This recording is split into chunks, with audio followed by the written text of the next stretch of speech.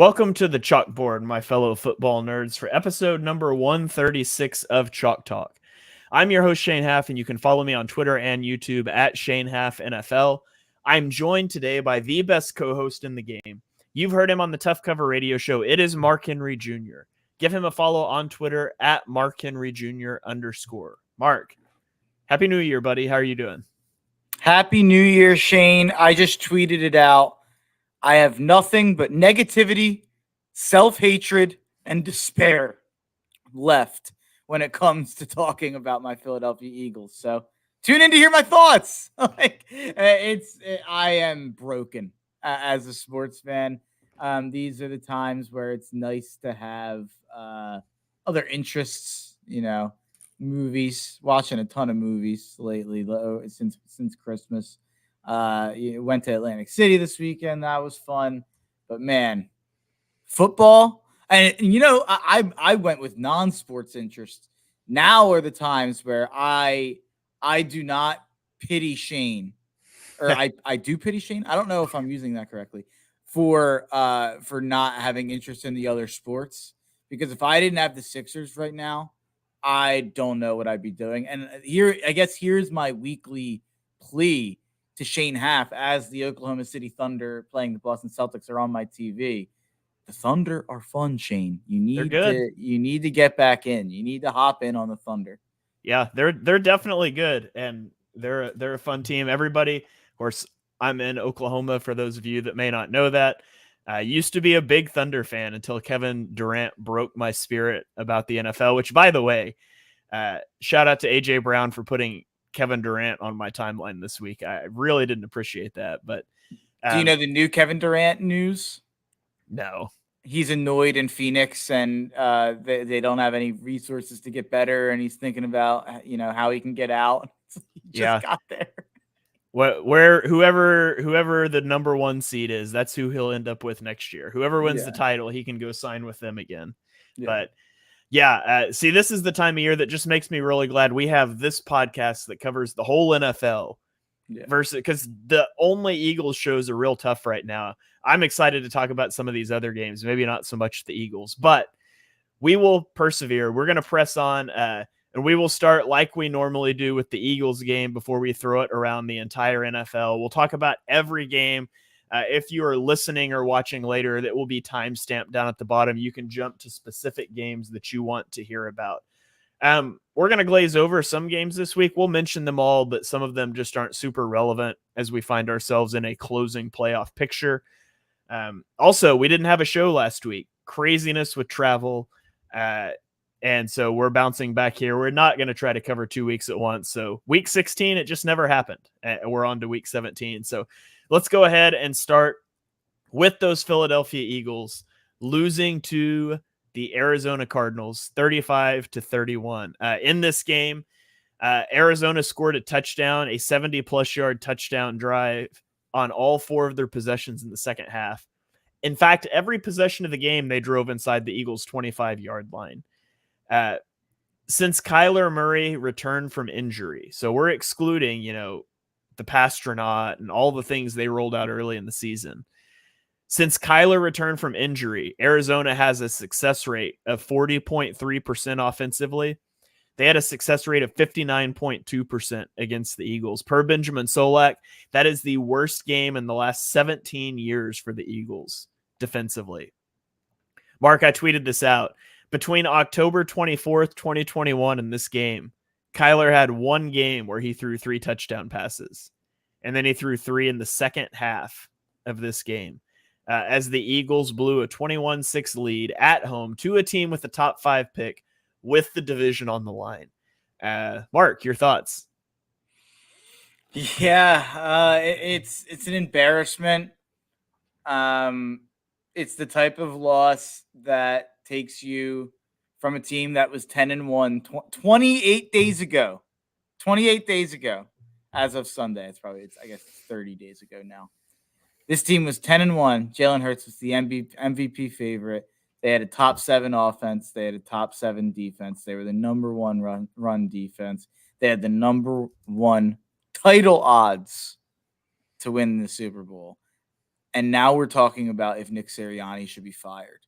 And that's going to be the conversation that, we're going to have. I almost think we can have the conversation now. And we did off air.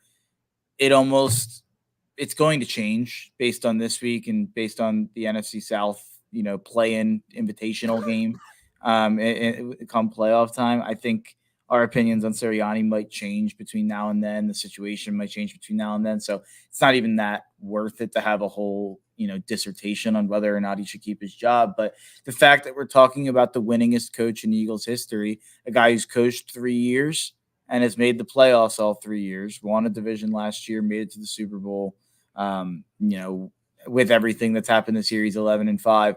And we're talking about if he should be fired. I mean, that's how catastrophic the last month has been. That's how catastrophic the last, it's just, I don't ever remember a team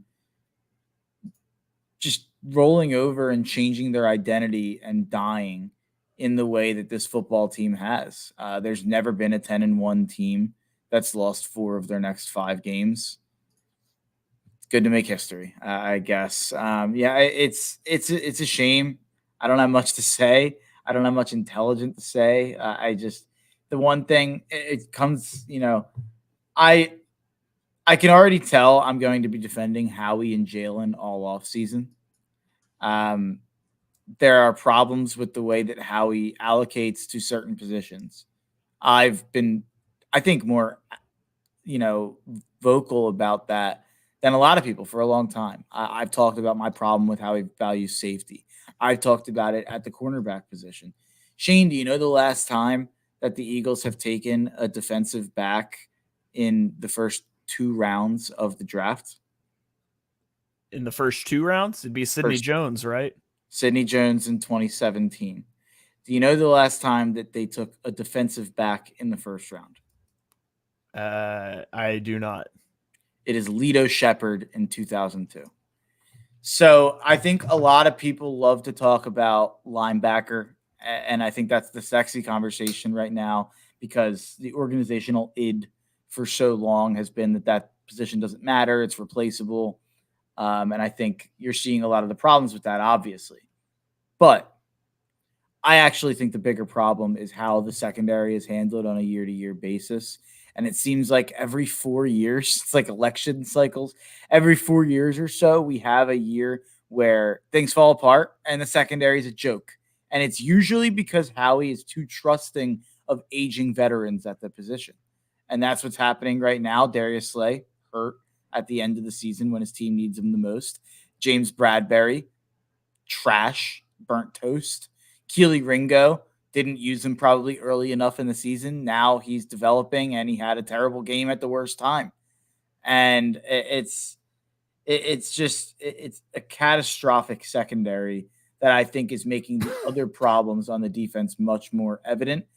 And again, everyone wants to talk about linebacker, but how many first-round picks have we spent on the defensive line? How much money are we spending on the defensive line right now? And the lack of pressure, the lack of run stuffing, it's pathetic. And, I'm going to be defending Howie. I still think ultimately you judge him on a transaction-by-transaction basis. You judge him against the rest of the NFL. I think he's mostly doing a fantastic job. But there's definitely a couple instances where you can point out a gross misallocation of resources. Yeah. Who are the 2 best teams in the NFL right now, Mark? San Fran and Baltimore. Who are the linebackers for San Francisco and Baltimore? Yeah. To be clear, I'm not saying that you should. I generally think the allocation is correct. Like, you have to make cuts somewhere.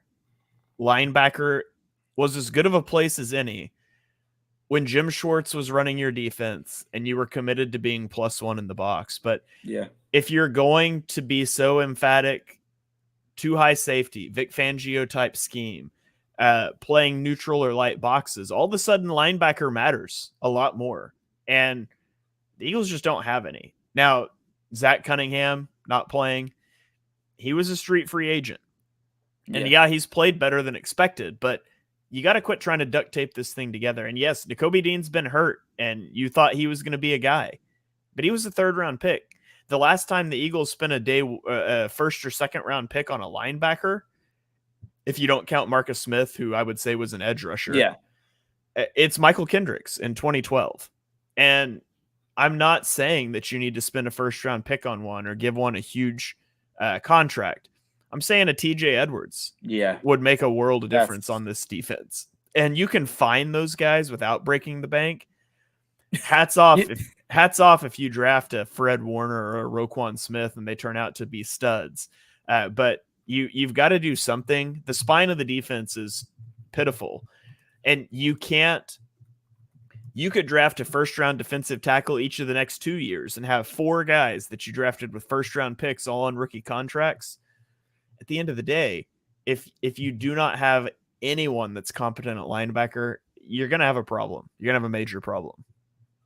Yeah, I mean, you mentioned you have to find a TJ Edwards. You know who would have been great to fill in into a TJ Edwards role on a reasonable 3-year contract? TJ Edwards. TJ Edwards would have been a really good fit in that spot. It's a shame that that's really my problem. They chose the wrong veterans to bring back with Slay and Bradbury and Cox and Graham and Avonte. And I love Avonte Maddox more than anybody, but they've relied on Avonte Maddox for far too long when he can't stay healthy. And he's been like an X factor for this team. And you miss him and you immediately notice it. But I mean, even this week he came back and he was bad. By the way, it is wild that Avonte Maddox would come back from what you thought was a season-ending injury. And in his first game back, you deactivate the guy that's been playing slot corner for you.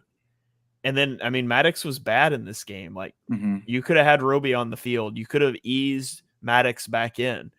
But instead, you use that roster spot for Rashad Penny, who took 0 snaps. Like, that was just egregious as well. Yeah, no, there's a lot of decisions like that are up in the air. The Jalen conversation, I think, is just, if anyone wants to have a conversation about, like, Jalen Hurts and the regression, take a look at his stats from year to year. It's basically the exact same thing, just with a couple more picks. Yeah, that's all it is. He's had bad luck with picks. He's thrown a couple picks at the end of the game. He threw a Hail Mary pick this time. He has 3 picks, which you can directly attribute to Dallas Goedert, either slipping, dropping the ball, or going through his hands literally 3 times this year. One weird note, this isn't like a thing I want to have a long conversation on. Devontae Smith has regressed. Like some of these plays that I think he would have made 10 times out of 10 in years past, he's not making. I don't think that he's getting the same level of separation that he got in years past. And yeah, of course, some of that's probably on the route tree that he's running, and I'm sure that it has something to do with play calling.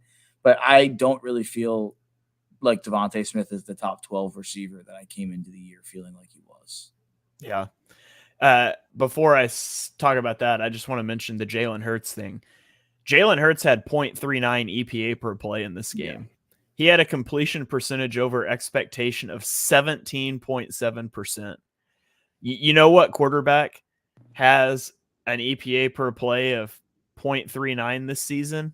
Lamar. None of them. Yeah. Nobody. And obviously it's a season-long number, but even the season-long numbers, Jalen is right there. He's number 5 behind Brock Purdy, Dak Prescott, Josh Allen, and Tua. Like, I think there's some issues I have, and I think most of them are schematic. I think most of them are coaching points. I think there's things Jalen needs to improve on, but I don't think that's the majority of what the conversation needs to be about, to be honest. Yeah, I just think any conversation that's being had about Jalen Hurts right now, and is he the guy, and does paying him make everything else not work? It's just like they chose to allocate the resources incorrectly. They had resources to allocate. They chose to bring back Cox, Slay, Bradbury, and Graham. I mean, how much is that combined? That's a big number right there. That's $50 million probably between those 4 guys. You obviously use the 30th pick on an edge rusher who you don't play in Nolan Smith. You use the 13th pick the year before on Jordan Davis, and a guy who Brian Baldinger, who's very close with the Eagles front office and organization, Best, like, really good friends with Lane Johnson. Spends a lot of time in the offseason with Lane Johnson. Brian Baldinger came out and ripped Jordan Davis. And I'll just tell you, Brian Baldinger is not coming out and saying the stuff he said about Jordan Davis without having inside knowledge into the Eagles situation there about Jordan Davis from Lane or from the organization. It's just these couple decisions have all come to roost all at the same time. And everything is happening at the same time on defense. And in my opinion, yeah, there's annoying things about the play calling. Obviously, nobody on the planet was happy with how 1st and 20, 2nd and 20, and 3rd and 20 played out with QB draws and then a screen. But the offense has been unquestionably top 7. Jalen Hurts has been unquestionably a top 7 QB this year. Any conversation about the offense right now feels like wasted breath when the offense is a top 7 offense and the defense is not even close to average. Not even close to average. So I understand, like, yeah, we can criticize, we can pick it apart, we can say that, once you pay him, he needs to be a top 3 quarterback, and with our offensive talent, we should always have a top 3 offense. That's just not the way the NFL is going to be year to year, in my opinion. And obviously, some of that's with this play calling, some of that's with Steichen, some of that's with Brian Johnson, but the defense is the problem. And if the defense was average, we wouldn't be having any of the conversations we're having to have about the offense. Yeah. That's absolutely right. The defense has just been atrocious. They've made the wrong decisions like you said, when it comes to who to commit to and how to allocate draft capital. And there's not an easy solution on the defense. The talent's not there, and they're going to have to rebuild that. Yeah. You build around, you keep Reddick, you build around, you keep Sweat, obviously Jalen Carter. Jordan Davis, you're not getting rid of, but we'll see if Jordan Davis, develops. I don't think we know what he is, and hopefully you can put linebackers behind him and those guys around him will help. You're hoping Nolan Smith develops into an edge rusher. And then, in my opinion, you don't have a single player on your defense, linebacker or secondary wise, besides, Keely Ringo. But he was terrible in this game. I will just say Keely Ringo was so bad against Arizona. But besides Keely Ringo, do you have another keeper? I guess Sidney Brown, but I don't know. Is he a starter long term? Yeah, for a 3rd round pick, you could do a lot worse than having that guy as a box safety. Even if all he ever is a hybrid box safety and a special teamer, that's still a valuable role to have, especially for a 3rd round pick. Yeah, and Blankenship might be average. It's just there is just a shockingly low amount of guys outside of the D line who I really care or not if they're on the defense going forward. Yeah, absolutely. So, all right, well, let's get out of this headspace and let's talk about the rest of the league. Let's kick it over to the Thursday night game. Where the Cleveland Browns beat the New York Jets. They officially clinched a playoff spot as Joe Flacco threw for 309 yards and 3 touchdowns with 1 interception. And I'm sure you saw this, Mark, but he also fell asleep on the sideline. So, you get in your upper 30s. They're keeping you up late on a Thursday night for a primetime game. Over there rubbing his eyes. I vibe with that, especially, being sick right now. If I start nodding off during the podcast, Mark, you got to bring us home. But that was me last night during Texas, Washington in the second half. That was me. Yeah, there you go. So the Browns will officially go to the playoffs. David Njoku hauled in 6 catches for 134 yards in this one. I'm not interested in talking about the Jets. We'll do that next week when we go into fixing your franchise. But any takes about the Browns or anything from this game you want to throw out there? Honestly, not much. This is not really a strong take, but Browns, it's looking like it's going to be Browns-Jags. The Browns are going to be favored in that game. Everyone in the world is going to pick Cleveland to win that game and expect Cleveland to win that game. All I'm saying is, Jackson, that watch out. I feel like I'm pretty good at this generally. The first round upsets, the first round matchups in the NFL, I feel like I do really well gambling on Wild Card Weekend every year. I think the Jags, there's way too many people just crapping all over the Jags, and I understand the reasons why. Like, I'm frustrated as anybody. I think the Jags are going to be a nightmare matchup for Cleveland in round one outside of Cleveland, and I know Cleveland beat Jacksonville, and everyone's going to say that. Jacksonville kind of came back in that game after being down by like 3 touchdowns and almost won it, and that was while Trevor had a really bad game coming off of a really bad injury, and that game was in Cleveland. So I feel very strongly that the Jags are going to be a home dog in that game, and I'm going to be betting on Jacksonville. So that's not a recap of this game, but I'm already in the headspace of like thinking about Wild Card Weekend and what that's going to look like. So I've been thinking about that a lot. All right. Sorry, Cleveland.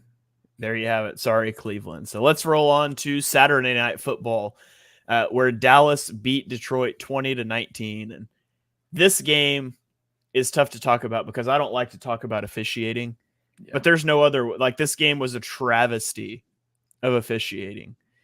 The Lions marched 70. If you guys haven't seen it, the Lions marched 75 yards down the field to score a touchdown. They elected to go for 2 in the win.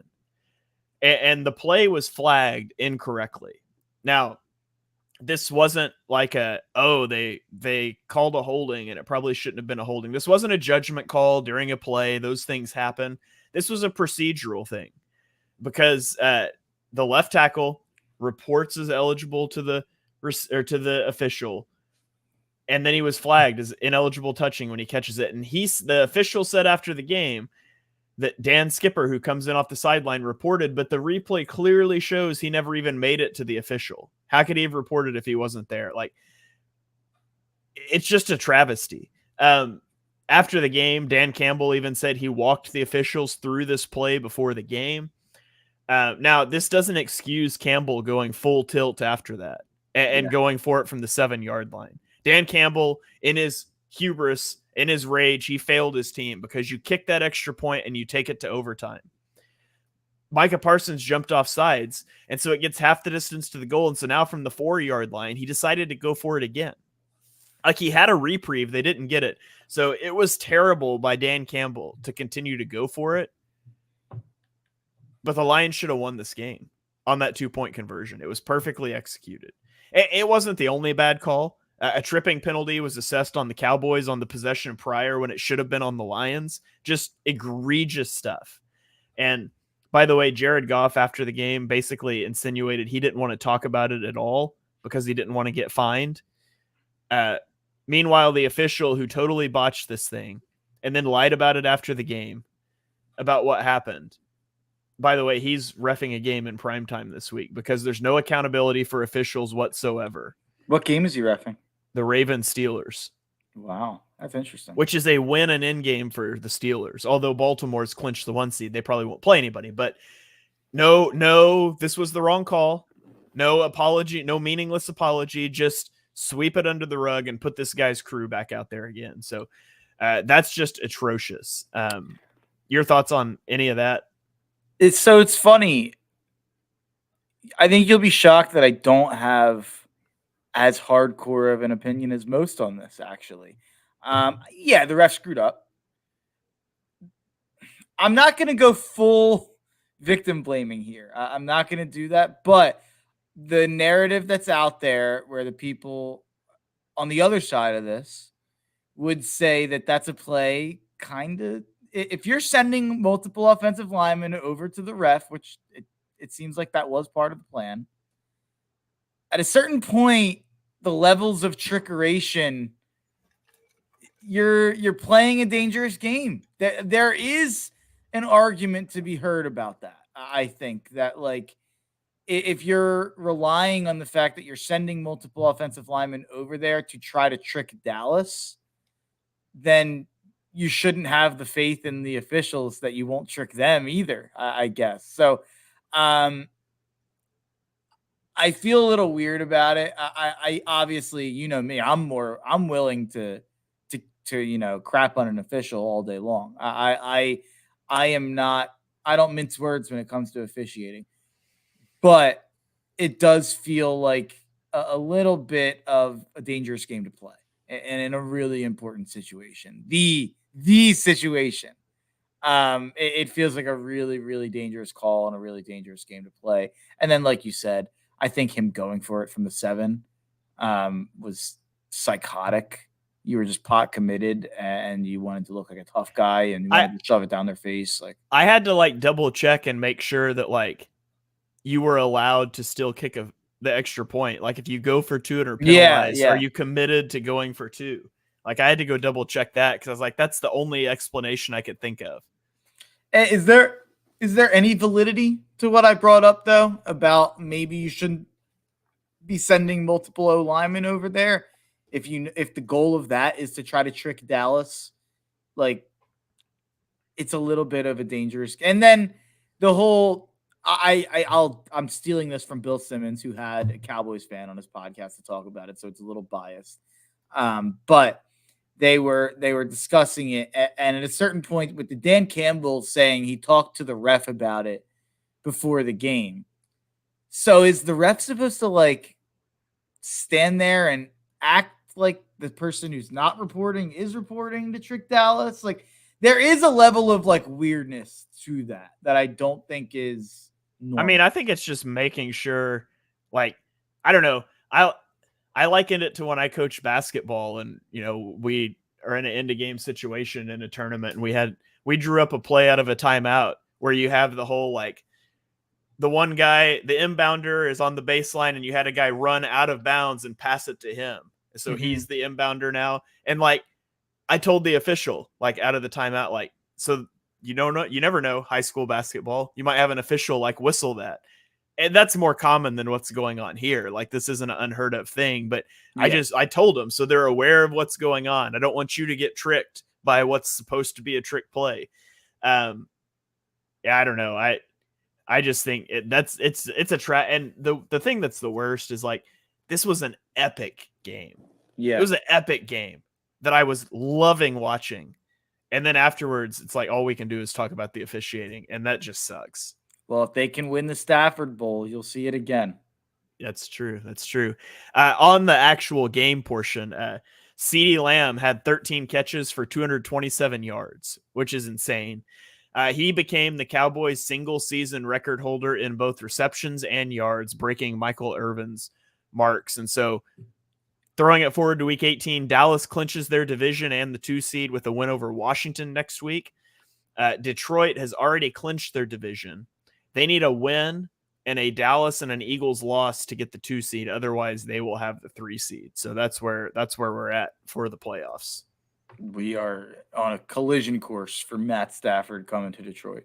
Yes. All right, let's get into the Sunday games. Miami at Baltimore. The Ravens made a statement a week ago, beating the 49ers 33-19. This week, they protected the 1 seed by dismantling the Dolphins 56-19. Lamar Jackson had an EPA per play of 0.95. For comparison, the gap this week between him and number 2, which is Brock Purdy, is the same as the gap between Purdy and Taylor Heineke, down at 23. Lamar was 18-21 for 321 yards and 5 touchdowns. He moved into a tie for the most games with a perfect passer rating in NFL history with 3. He is tied with Tom Brady, Peyton Manning, Kurt Warner, and Ben Roethlisberger, who all, by the way, are no longer playing. Lamar will own this record single-handedly at some point in his career. Miami started strong in this game. They went on an 8-play, 75-yard touchdown drive to open the game, but they could not keep up as the game went along. And then, unfortunately for Miami, disaster strikes with a couple minutes left in the game, down by 30, when Bradley Chubb comes up with an injury that turns out to be an ACL. So they had already lost Jalen Phillips. Really poor decision by Mike McDaniel to keep Bradley Chubb in a game in this situation. And now the Dolphins will enter the playoffs down their top 2 edge rushers. And I don't think there's any bouncing back from that, honestly. That Miami clinches the 2 seed with a win versus Buffalo. With a loss, they would lose the division entirely. So a lot on the line for the Dolphins, who are suddenly reeling going into Week 18. Yeah, it feels like the season's over for Miami with those Jalen Phillips and Bradley Chubb losses.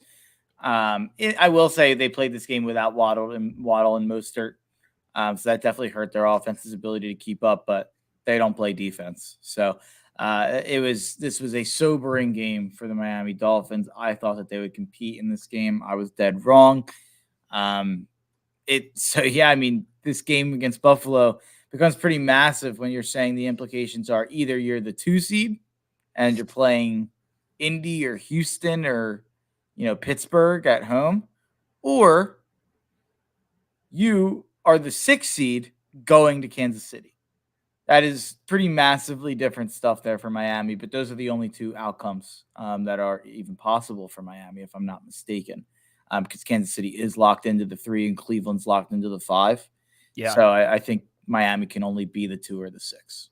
Yeah, that's wild. And then the Buffalo stuff is even more wild. We'll get to that.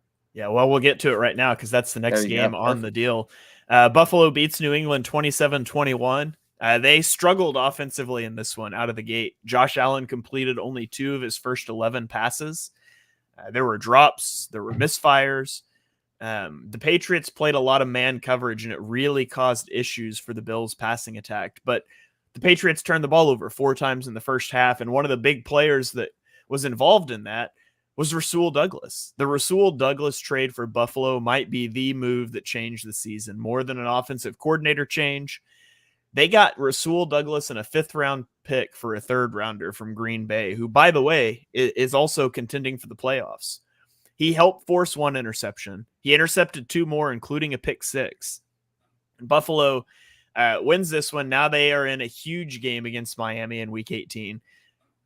Not only do they win the division and get the 2 seed if they win, if they lose, they would need a Pittsburgh loss against Baltimore and a Jacksonville loss against Tennessee to get into the playoffs.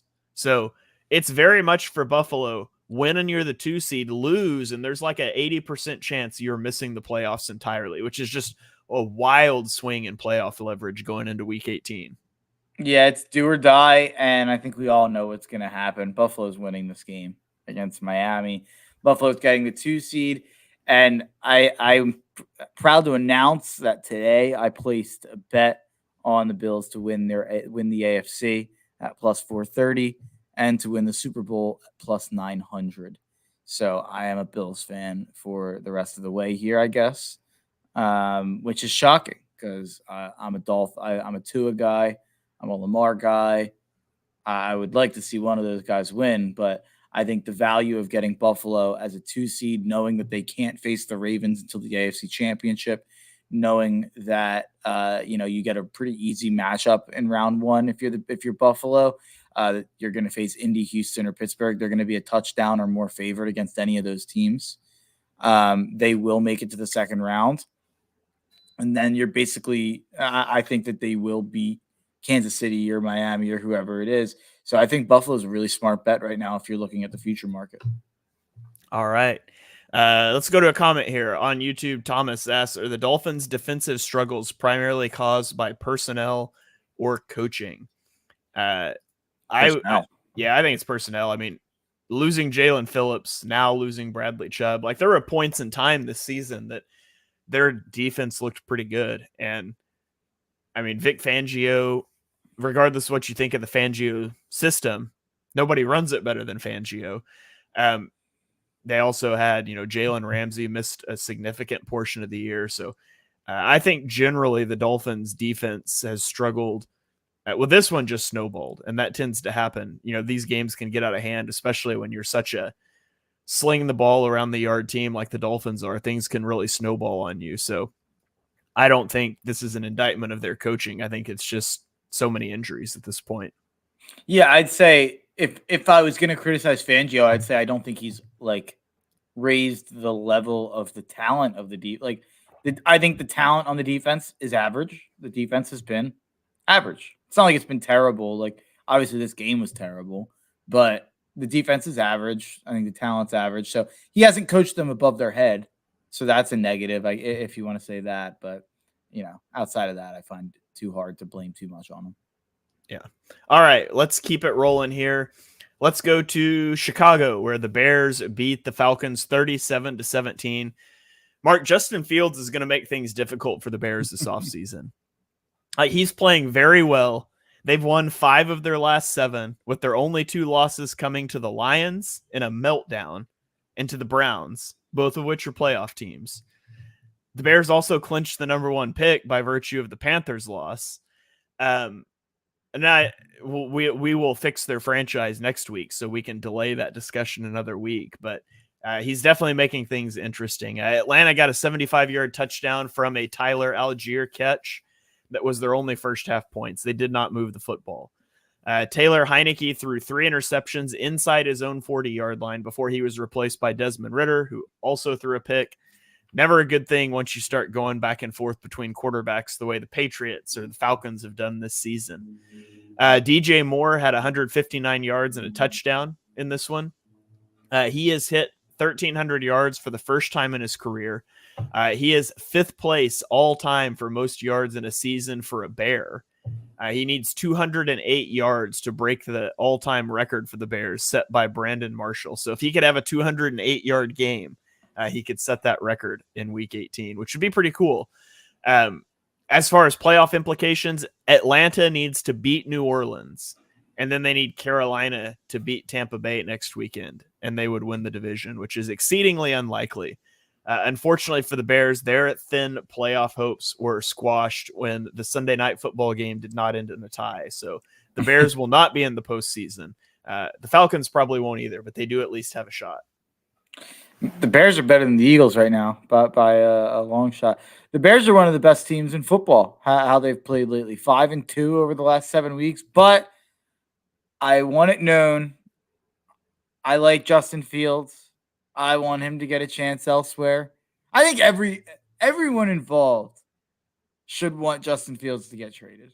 And the Bears should still trade Justin Fields. They should make the pick at number 1, get Caleb Williams, get the most possible value you can for Justin Fields. And they need to fire Eberflus, which they're not going to do, especially with how they've played as of late.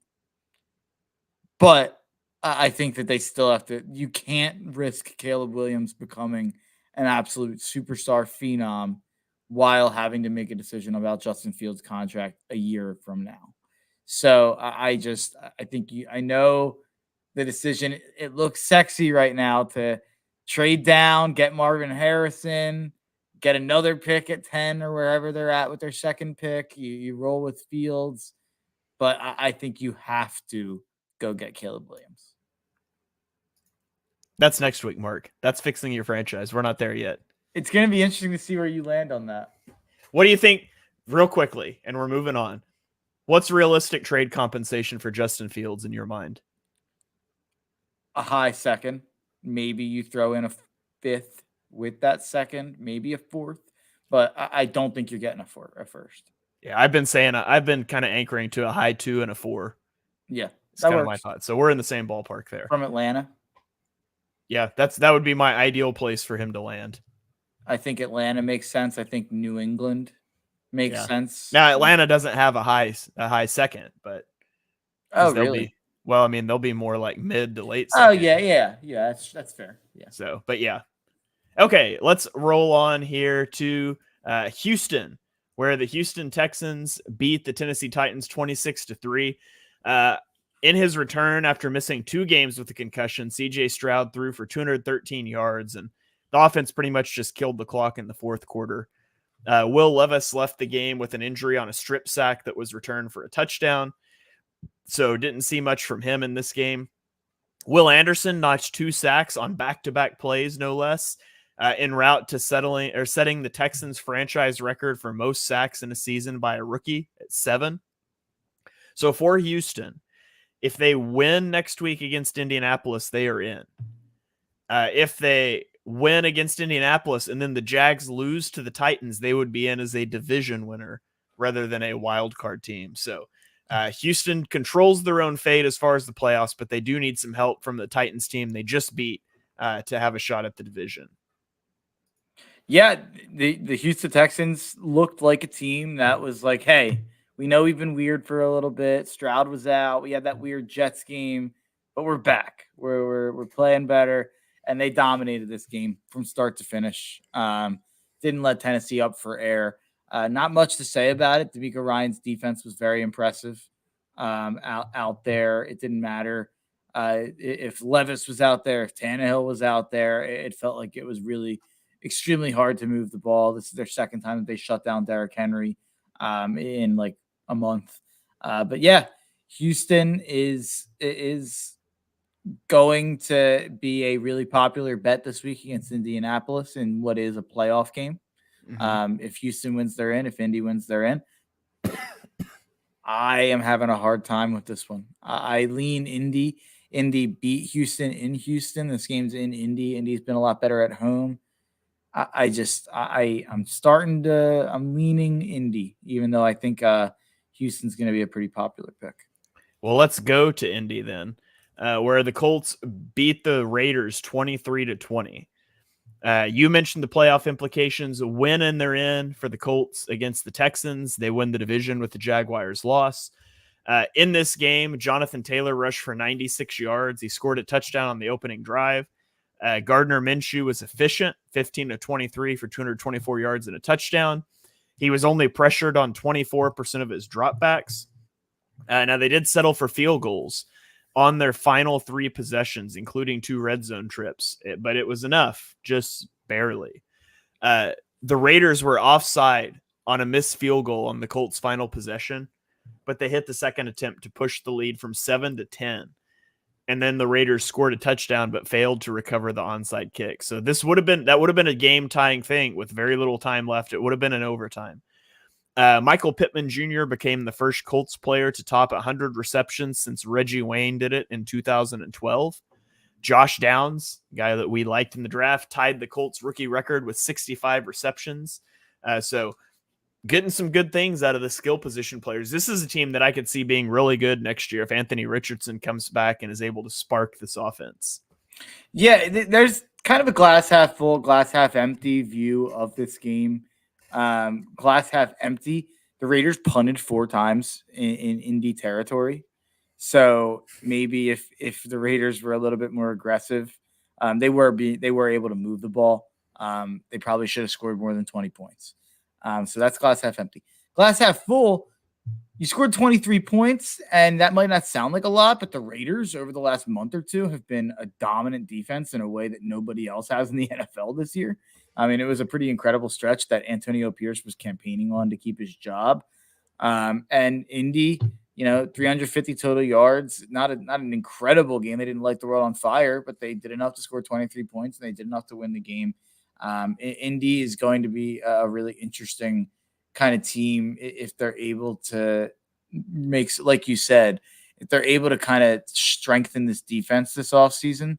Next year, they could be a real contender if Anthony Richardson's ready. And it'll be interesting. Minshew will probably have some opportunities to start, or at least be like maybe a platoon guy with a rookie or whatever the case may be.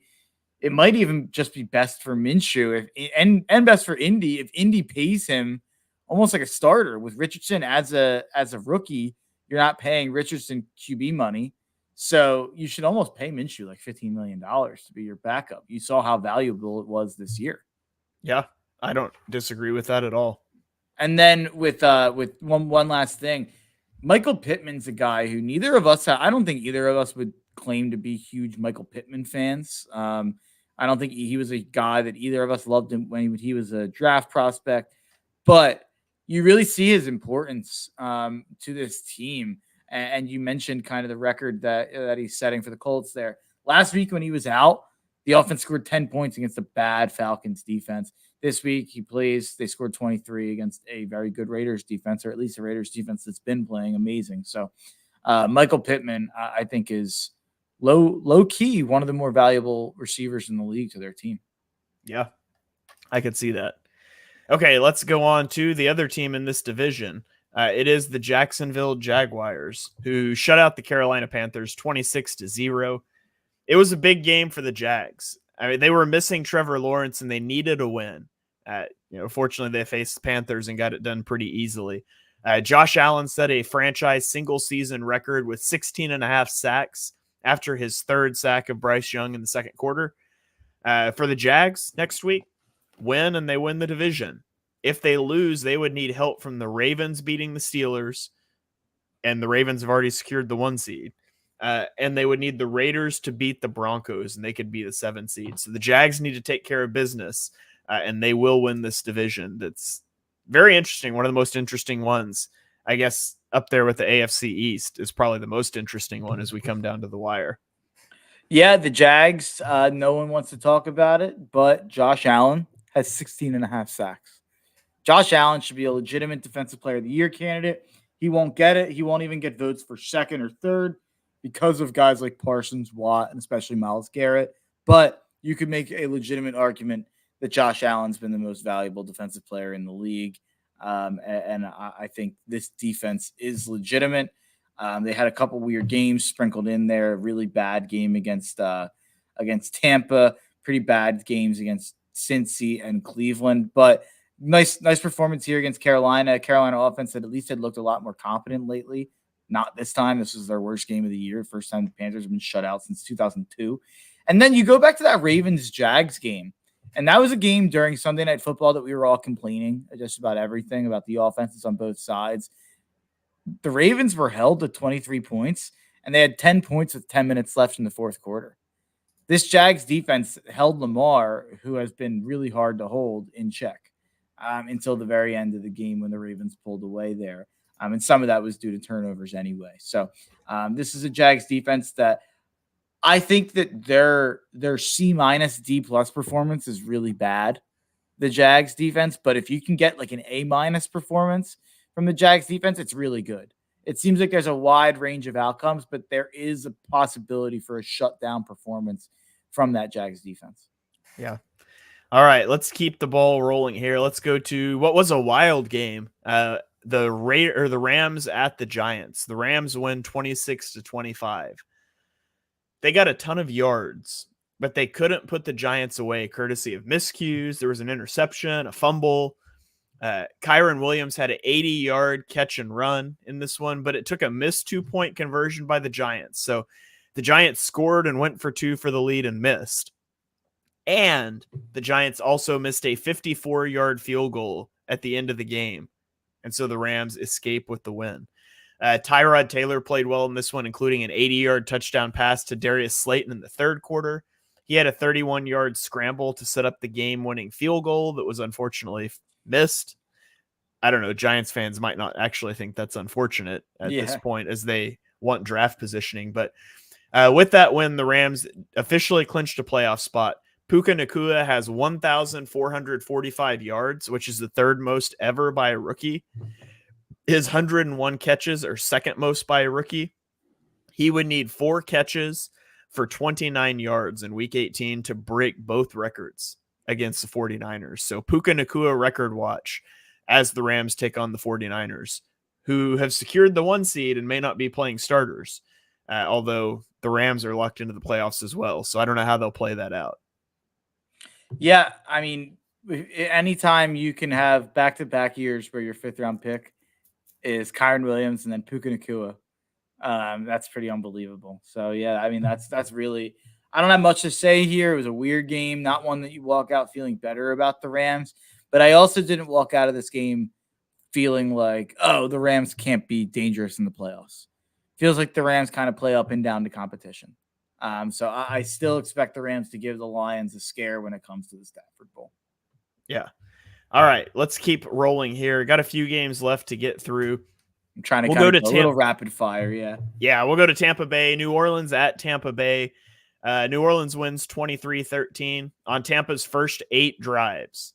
The Saints forced 4 3-and-outs, 2 interceptions, and 1 fumble. The Bucs were down 20-0 in the fourth quarter before they started moving, but it was too little, too late. Derek Carr worked the middle of the field well in this one. He found tight ends for 133 of his 197 passing yards. Spinning it forward to next week, New Orleans needs a win over Atlanta and a Tampa Bay loss to Carolina to win the division. Unlikely, but possible. The Bucs just need to beat the Panthers, and they will win the division. There are technically some 7-seed scenarios in play for both of these teams, but they are such extreme long shots. I'm not going to list it all out, but there's a slight chance. Yeah, I mean, just when you start to think Tampa is a live dog and Tampa is playing really good football, they come out and lay an egg like this. And, you know, Rachaad White has been a guy all year that has really impressed me for Tampa. And he's a guy that I never really tabbed as really talented, to be honest. I never really watched Rachaad White, and I'm blown away by the amount of talent and how, his running style. But he's had a really good season. You kind of saw them go back to, being the team that couldn't run the ball from last season. This Bucs game felt like a Tom Brady 2022 Bucs game where he's trying what he can, but he's having a slow start to the game and they can't run the football. And it was just a dreadful performance from the offense. Rachaad White, 11 carries for 42 yards, but he had a 16-yard carry. So the rest of the game, he was 10 for 26. They just really could not get anything going on the ground. And New Orleans, they did enough. You didn't watch their offense and think, wow, what an amazing performance. But they figured out a way to get through. What I would say about New Orleans, Kamara had 2 catches on 2 targets in this game. What's that? Like, why are you not? I mean, Kamara needs more than 12 touches in a game. But, hey, it worked out. Yeah. All right, let's spin forward here to our last game from the early slate. It is the San Francisco 49ers at the Washington Commanders. They win 27-10. Brock Purdy bounced back from his 4-interception game against Baltimore and led the 49ers 2 points on 5 of their first 7 drives. He ended the game 22 of 28 for 230 yards and 2 touchdowns. He also set a 49ers single season record with 4,280 passing yards as the 49ers clinched the 1 seed. I was really surprised that's the 49ers single season record with Joe Montana, Steve Young, all these guys, that Brock Purdy is the guy that has that record now.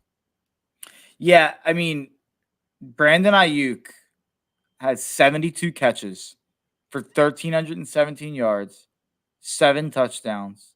His yards per attempt is 18.3. Is he the 7th most valuable Niner on offense? No, it's higher than that. But Purdy, Williams, Debo, McCaffrey, Kittle. What is he, 6th? He's the 6th most important. If you told me I had to pick Debo or Ayuk, I'm taking Ayuk 10 times out of 10. Okay. Debo's probably been a little better than I'm curious now what Debo's numbers look like. I don't disagree with that. Ayuk's probably more consistent. Debo. Yeah, wow. Debo, 58 catches, 871 yards, 7 touchdowns, only 15 average. I'm assuming his rushing stats aren't what they once were because of Christian McCaffrey. He's still, I guess he has 214 yards, 5 touchdowns rushing, so that is relevant. But yeah, maybe I'm undershooting Ayuk there. He just helped me win 2 fantasy championships, so thank you, Brandon Ayuk. There you go. Christian McCaffrey did sustain a calf injury in this game in the 4th quarter. He has 2 weeks off to get ready for the divisional round, as they announced he's not going to play week 18. I also do really appreciate that Christian McCaffrey will end the 2023 season with 2,023 all-purpose yards.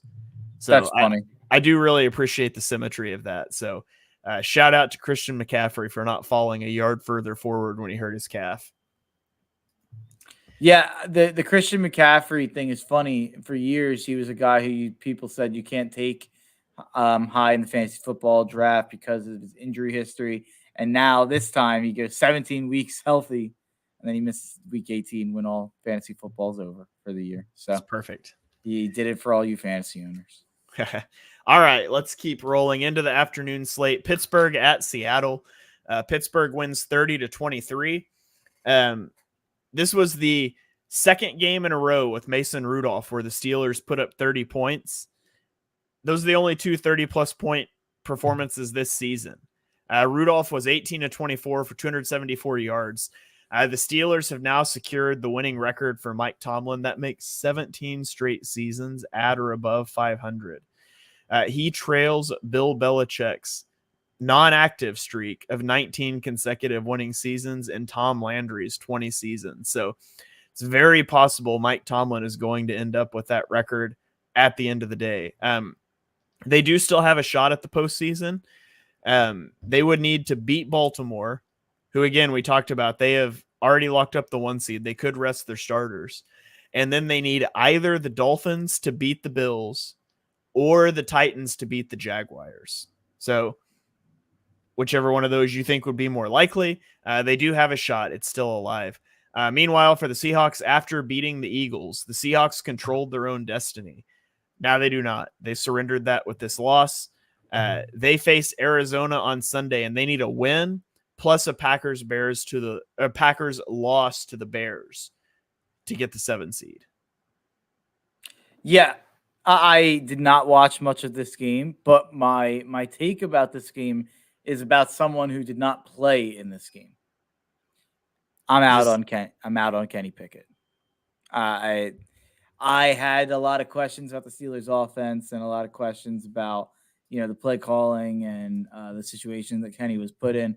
Mason Rudolph looking this good when I don't think Mason Rudolph's particularly talented. Yeah, Kenny Pickett, I'm sorry, brother. You're not an NFL starting quarterback. I was wrong about you. I don't think that he's got whatever it takes. So Pittsburgh should be in the market for a quarterback this offseason. If they weren't already, I imagine they were. Or Mason Rudolph's the future. I don't know. Kirk Cousins is going to look great in Pittsburgh colors next year. I think he's going to be back on the Vikings.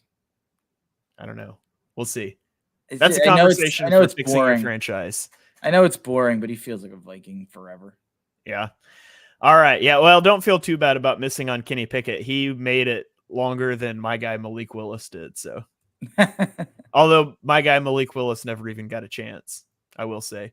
Okay, let's roll on to Denver, where the Broncos beat the Chargers 16-9. Jarrett Stidham played over Russell Wilson and led them to a victory, which is kind of funny. Unfortunately, the Chiefs win over the Bengals, ended the Broncos' slim hopes of making the playoffs. Both these teams will be on the outside looking in, so I don't really have much to say about this one for this week. Yeah, not much to say on my end as well, to be quite honest. All right. Those of you, and listen, if you're a Broncos fan or a Chargers fan or one of these teams that we're not talking about much this week, tune back in next week. Every year, week 18, we do a Fixing Your Franchise segment for each team that misses the playoffs where we kind of outline their offseason plan. So we will get into that a lot next week. So don't tune out just because your team's season is almost over. We're going to have you guys covered all the way through. So go ahead. I will say Russell Wilson. A lot of people are crying for Russell Wilson. A lot of people are criticizing the Broncos front office. That's business, baby. I don't have a problem with it at all. If it made it better for them to get off the contract, easier to get off the contract, people acting like it's unheard of. The Eagles did it with Carson Wentz. They had to get off the contract. It's the only way forward for Denver. I understand that he's been okay. He hasn't been the entire problem. I don't think them saying that is them trying to scapegoat him entirely. It's them trying to, plan their best path going forward. Yeah. I'm sure if he waived that injury settlement stuff, they'd put him back out there for the last 2 weeks. Yeah. They're protecting themselves. So yeah. Okay, on to Kansas City, where the Chiefs beat the Bengals 25-17. Their offensive inconsistencies continued, but they did generate enough big plays to win the game and their 8th straight AFC West title. Isaiah Pacheco had a 35 and a 37-yard rush in the first half. Mahomes had 4 20-plus yard passes. Drive sputtered, and they kicked 6 field goals, but it was enough. Cincinnati went on a long scoring drive on each of their first 3 possessions, and they held a 17-3 lead at halftime and a 22-minute to 8-minute time of possession lead.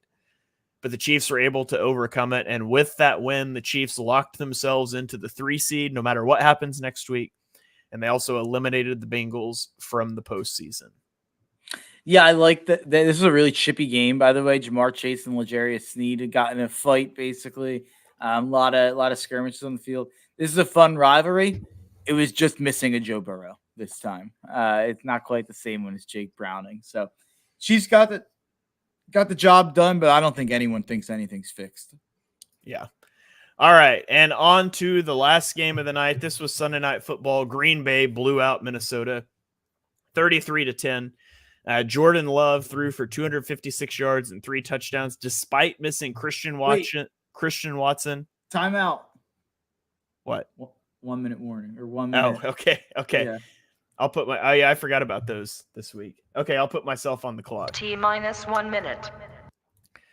Okay, so Jordan Love had a good game despite missing Christian Watson and Dontavian Wicks. He also lost Jaden Reed for the second half.